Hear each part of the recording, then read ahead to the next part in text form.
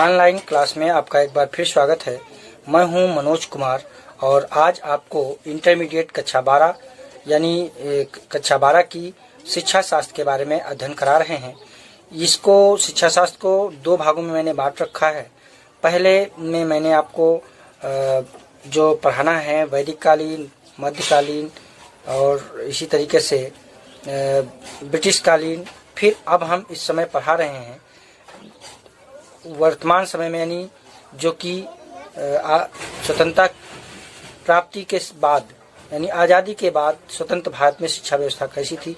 शिक्षा को आगे बढ़ाने के लिए या शिक्षा की समस्याओं को दूर करने के लिए विभिन्न आयोगों और समितियों का गठन किया गया था। तो उन समितियों का हम अध्ययन कर रहे हैं, जिसमें हम आज आपको कोठारी आयोग, जिसे हम शिक्षा आयोग के नाम से जानते हैं, जिसकी स्थापना 14 जुलाई 1964 को की गई थी, इसके बारे में हम आपको पढ़ा रहे हैं। तो इसमें हम आपको स्टेप बाय स्टेप आपको बताएंगे। जो कि कोठारी आयोग है, इसका कोठारी आयोग जिसे हम शिक्षा आयोग के नाम से जानते हैं, तो इस आयोग को जो है कोठारी आयोग नाम कैसे पड़ा, इसके बारे में मैं आपको थोड़ा सा बता रहा हूँ कि जो शिक्षा आयोग था, जिसकी स्थापना 14 जुलाई 1964 को की गई, इसके अध्यक्ष प्रोफेसर DS कोठारी थे।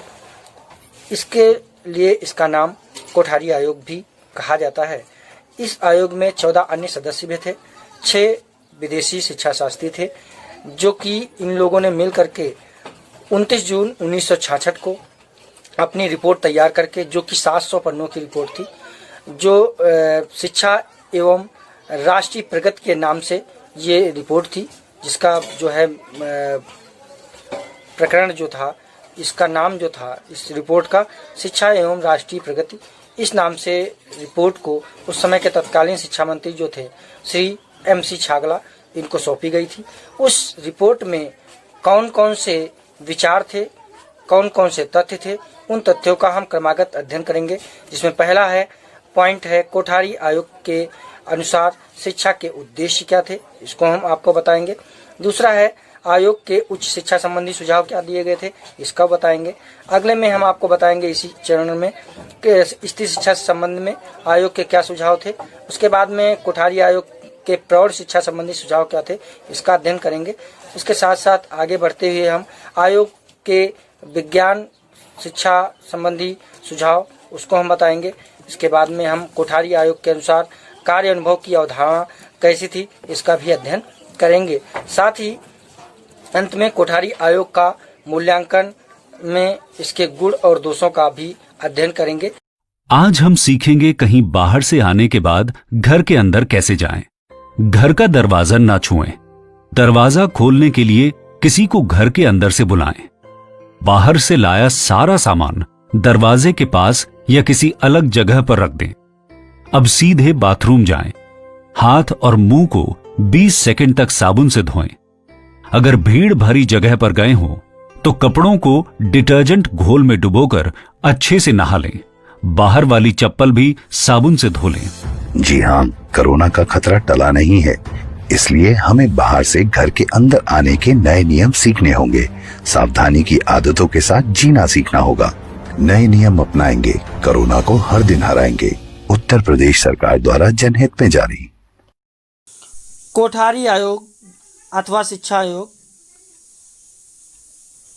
सरकार शिक्षा की प्रगति और सुधार से जब संतुष्ट नहीं हुई तो उसने सन 1964 में एक अन्य आयोग की नियुक्ति की आवश्यकता का अनुभव किया। सरकार ने अनुभव किया कि ऐसा शिक्षा आयोग नियुक्त किया जाना चाहिए जो शिक्षा के संपूर्ण क्षेत्र को एक साथ जांच कर सके। आपको मैंने जो पहले आयोग और सिफारिशों के लिए जो समितियां गठित करने का व्यवस्था भारत सरकार की जो पढ़ाई है, उसमें मैंने विश्वविद्यालय आयोग पढ़ाया, माध्यमिक शिक्षा आयोग पढ़ाया, आचार्य नरेंद्र देव समिति पढ़ाया। इन सब में देखा जाए तो अलग अलग, पहले में आपको विश्वविद्यालय की शिक्षा, दूसरे में माध्यमिक शिक्षा आयोग में सिर्फ माध्यमिक विद्यालयों की शिक्षा, नरेंद्र देव समिति में भी माध्यमिक विद्यालयों की शिक्षा के बारे में आपको बताया गया। लेकिन ऐसा कोई भी आयोग नहीं था जो शिक्षा के समस्त पहलुओं का अध्ययन कर सके। तो इस आयोग में यानी शिक्षा आयोग में, जिसे कोठारी आयोग कहते हैं, इसमें इन सारी शिक्षाओं के बारे में एक रूप में अध्ययन करने की बात कही गई। वास्तव में शिक्षा प्रणाली के समस्त अंग परस्पर संबंध हैं, एक दूसरे को गंभीर रूप में प्रभावित करते हैं। जब तक हमारे प्राथमिक विद्यालय कुशलतापूर्वक कार्य नहीं कर सकते, तब तक माध्यमिक विद्यालयों को कैसे उत्तम बनाया जा सकता है। इसी प्रकार उत्तम माध्यमिक विद्यालयों के अभाव में शक्तिशाली एवं प्रगतिशील विश्वविद्यालय कैसे गठित किए जा सकते हैं। इन तथ्यों को देखा जाए तो ध्यान में रखते हुए अनुभव किया गया कि शिक्षा के विकास एवं सुधार के लिए शिक्षा के विभिन्न अंगों एवं स्तरों को अलग अलग जांच न करके शिक्षा के संपूर्ण क्षेत्र को एक ही आयोग के द्वारा अध्ययन का विषय बनाया जाए। इस स्थिति में भारत सरकार ने 1964 में एक प्रस्ताव में शिक्षा संबंधी आयोग की आवश्यकता को स्पष्ट करते हुए कहा कि पिछले समय में अनेक आयोगों एवं समितियों ने शिक्षा के सीमित क्षेत्रों एवं विशिष्ट आयोगों का सर्वेक्षण किया है। इसके विपरीत अब संपूर्ण शिक्षा प्रणाली का सूक्ष्म सर्वेक्षण किया जाना आवश्यक है। इसके लिए संपूर्ण शिक्षा प्रणाली के अध्ययन के उद्देश्य के लिए 14 जुलाई 1964 को भारत सरकार ने एक आयोग नियुक्त किया, जिसे शिक्षा आयोग के नाम से जाना जाता है। इस शिक्षा आयोग में प्रोफेसर DS कोठारी को इस आयोग का अध्यक्ष नियुक्त किया गया। इन्हीं के नाम पर इस आयोग को कोठारी आयोग के नाम से भी जाना जाता है। अब हम समझ रहे हैं कोठारी आयोग के अनुसार शिक्षा के उद्देश्य क्या हैं। कोठारी आयोग ने अपनी रिपोर्ट जो 700 पन्नों की थी, उस समय के शिक्षा मंत्री CMC छागला को सौंप दी थी। इस जो सुझावों की जो सिफारिश थी, जो जिसको हम शिक्षा एवं राष्ट्रीय प्रगति के नाम से रिपोर्ट को जानते हैं, उसमें जो तत्व और विचार दिए गए, उनमें पहला है कोठारी आयोग के अनुसार शिक्षा के उद्देश्य। कोठारी आयोग ने अपनी रिपोर्ट में ये स्पष्ट किया कि शिक्षा को राष्ट्रीय लक्ष्य के अनुरूप होना चाहिए। शिक्षा का स्वरूप इस प्रकार का होना चाहिए कि वो परिवर्तित परिस्थितियों में राष्ट्रीय लक्ष्य की प्राप्ति में सहायक हो सके। रिपोर्ट में इन शब्दों के आधार पर कहा गया कि शिक्षा में सबसे महत्वपूर्ण एवं आवश्यक सुधार ये है कि इसको इस प्रकार परिवर्तित करने का प्रयास किया जाए कि इसका व्यक्तियों के जीवन, आवश्यकताओं एवं आकांक्षाओं के संबंध स्थापित हो सके। इस प्रकार शिक्षा को उन सामाजिक, आर्थिक एवं सांस्कृतिक परिवर्तनों का शक्तिशाली साधन बनाया जाए जो राष्ट्रीय लक्ष्यों की प्रगति के लिए आवश्यक हों। आयोग ने शिक्षा के उद्देश्यों को निर्धारित करने के लिए एक 5 सूत्रीय कार्यक्रम को अपनाया, जिसमें उसने सुझाव दिया कि शिक्षा के द्वारा उत्पादन में वृद्धि की जानी चाहिए। पहला सुझाव दिया कि शिक्षा के द्वारा उत्पादन में वृद्धि की जानी चाहिए, जिसके लिए शिक्षा के प्रत्येक स्तर पर विज्ञान की शिक्षा को प्रोत्साहन दिया जाना चाहिए। विज्ञान को कृषि एवं उत्पादन के क्षेत्रों में अधिक से अधिक प्रयोग किया जाना चाहिए। शिक्षा के कार्य अनुभव को विशेष स्थान दिया जाना चाहिए। माध्यमिक शिक्षा का व्यावसायीकरण किया जाना चाहिए। साथ ही उच्च शिक्षा में कृषि एवं प्राविधिक शिक्षा को प्रोत्साहन दिया जाना चाहिए।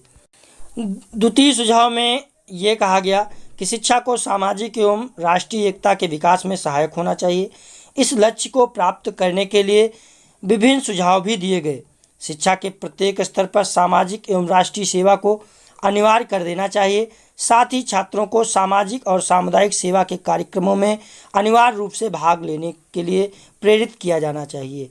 सभी क्षेत्रों में श्रम एवं सामाजिक सेवा शिविर आयोजित किए जाने चाहिए। सामाजिक एवं राष्ट्रीय एकता के लिए उपयुक्त भाषा नीति को भी लागू किया जाना चाहिए। शिक्षा के माध्यम से देश में प्रजातंत्र को सुदृढ़ता प्रदान करने के लिए प्रयास किया जाना चाहिए। इसी उद्देश्य की प्राप्ति के लिए आयोग ने 14 वर्ष की आयु तक के बालकों को निःशुल्क एवं अनिवार्य शिक्षा की व्यवस्था का भी सुझाव प्रदान किया। चौथे सुझाव में आधुनिकीकरण को ध्यान में रखते हुए विज्ञान एवं प्रौद्योगिकी को अधिक से अधिक अपनाया जाने पर जोर दिया गया। छात्रों में उचित मूल्यों एवं दृष्टिकोणों को विकसित किए जाने पर भी जोर दिया गया। शिक्षा का स्वरूप इस प्रकार का बताया गया जिससे छात्रों में स्वतंत्र विचार स्वतंत्र निर्णय तथा स्वतंत्र अध्ययन की आदत का विकास हो सके, इस पर जोर दिया गया। 5वें सूत्र में शिक्षा के अभीष्ट उद्देश्यों की प्राप्ति के लिए प्रस्तुत किया गया, जिसमें सामाजिक, नैतिक एवं आध्यात्मिक मूल्यों के विकास पर जोर दिया गया। इन मूल्यों के विकास के माध्यम से छात्रों का चैत्य निर्माण किया जाना चाहिए, ऐसा बताया। कोठारी आयोग के उच्च शिक्षा के विषय के संबंध में सुझाव।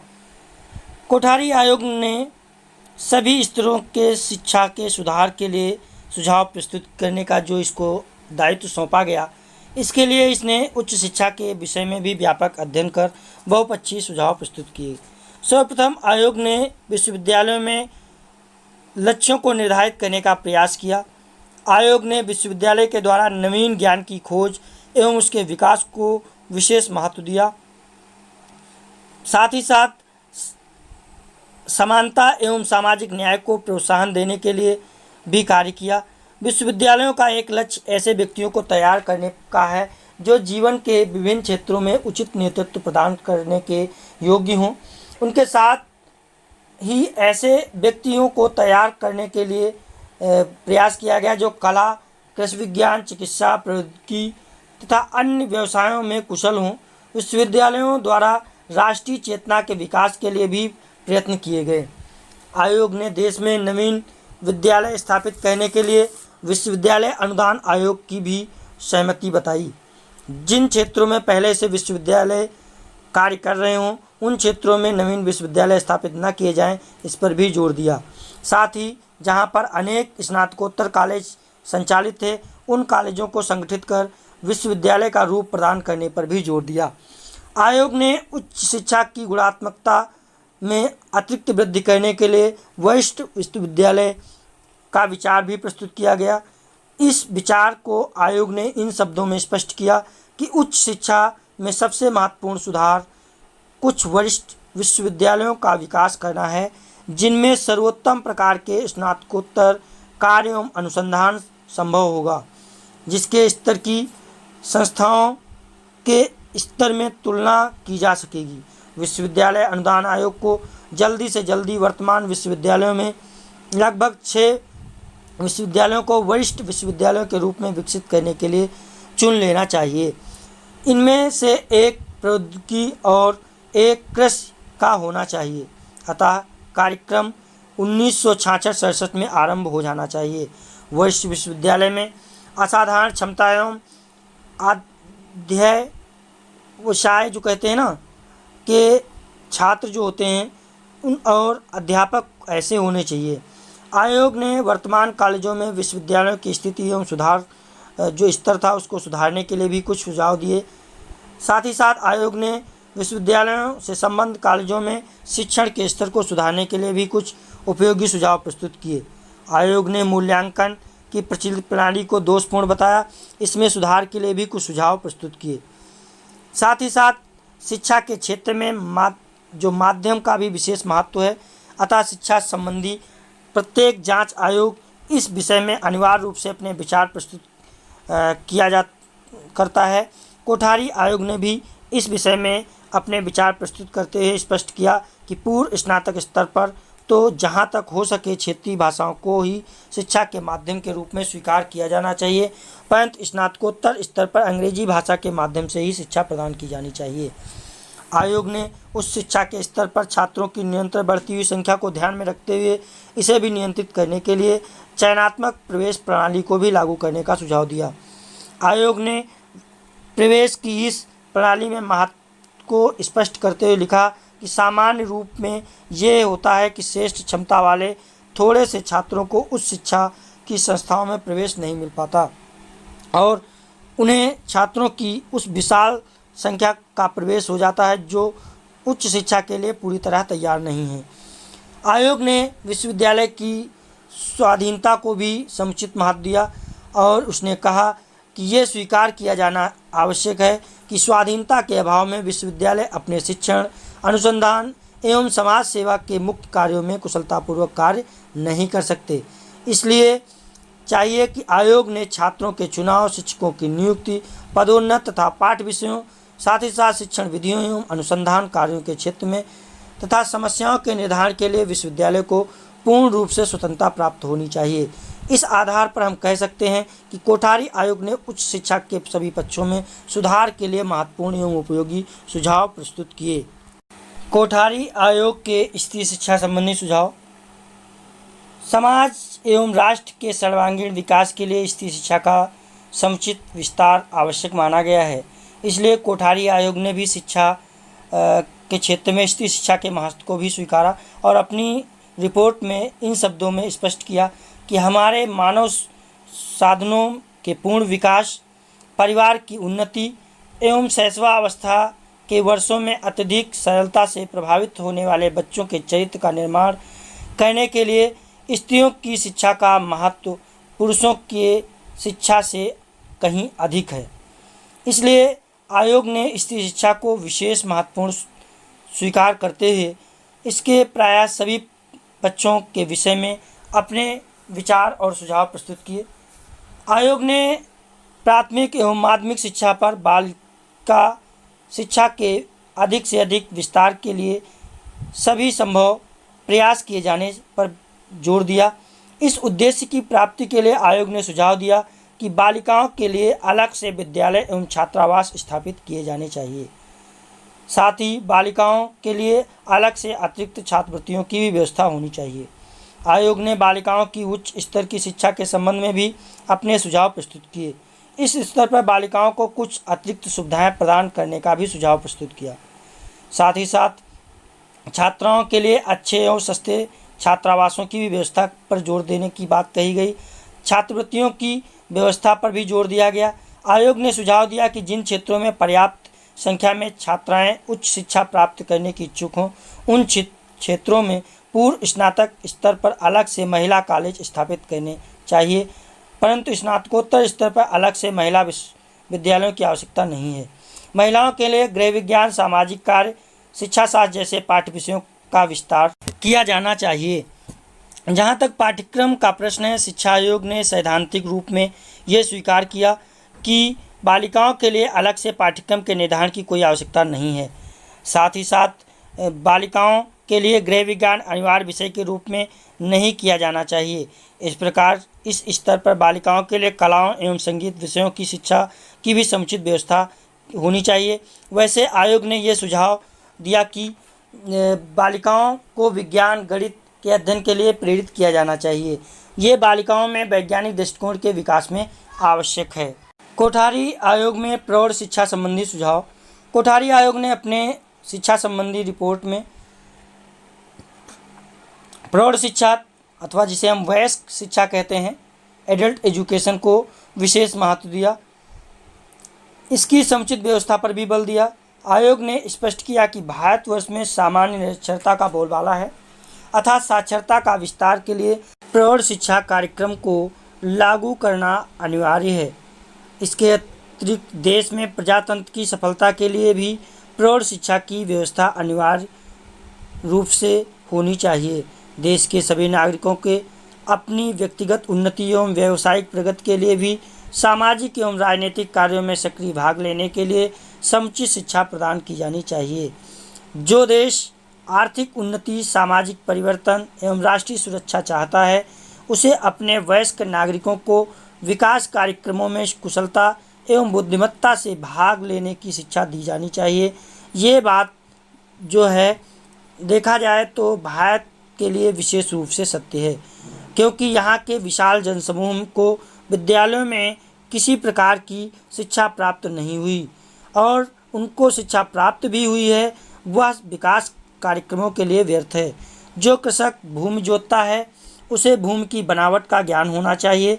जो श्रमिक मशीन को चलाता है उसे मशीन के अंगों का ज्ञान होना चाहिए। कृषकों, श्रमिकों आदि को अपने कार्यों का ज्ञान नहीं है। इस स्थिति में प्रौढ़ शिक्षा की व्यवस्था पर बल दिया जाना चाहिए। आयोग का विचार था शिक्षा एक निरंतर चलने वाली प्रक्रिया है, अतः जीवन के प्रत्येक स्तर पर इसकी आवश्यकता है। इस दृष्टिकोण को ध्यान में रखते हुए प्रौढ़ शिक्षा का विशेष महत्व है। आयोग ने इस विषय में स्पष्ट भी किया है कि विद्यालय शिक्षा के बाद शिक्षा का अंत नहीं हो जाता है, क्योंकि शिक्षा आजीवन चलने वाली प्रक्रिया है। आज के वयस्क को तीव्र गति से होने वाले परिवर्तन तथा संसार और समाज की बढ़ती हुई जटिलताओं की जानकारी भी होना आवश्यक है। जिन व्यक्तियों ने सर्वोत्तम प्रकार की शिक्षा प्राप्त की है उनके लिए भी जीवन में शिक्षा की आवश्यकता है। स्पष्ट रूप में प्रौढ़ शिक्षा या वयस्क शिक्षा की सदैव आवश्यकता बनी रहती है। इस प्रकार कोठारी आयोग ने प्रौढ़ शिक्षा के बारे में बहुत सारे सुझाव भी दिए। कोठारी आयोग के विज्ञान शिक्षा संबंधी सुझाव। कोठारी आयोग ने देश की वर्तमान परिस्थिति और आवश्यकताओं को ध्यान में रखते हुए विज्ञान की शिक्षा को विशेष प्राथमिकता प्रदान की। आयोग ने ये समझा कि देश की प्रगति, सुरक्षा और कल्याण के लिए विज्ञान की शिक्षा को अधिक से अधिक प्रोत्साहन दिया जाना चाहिए।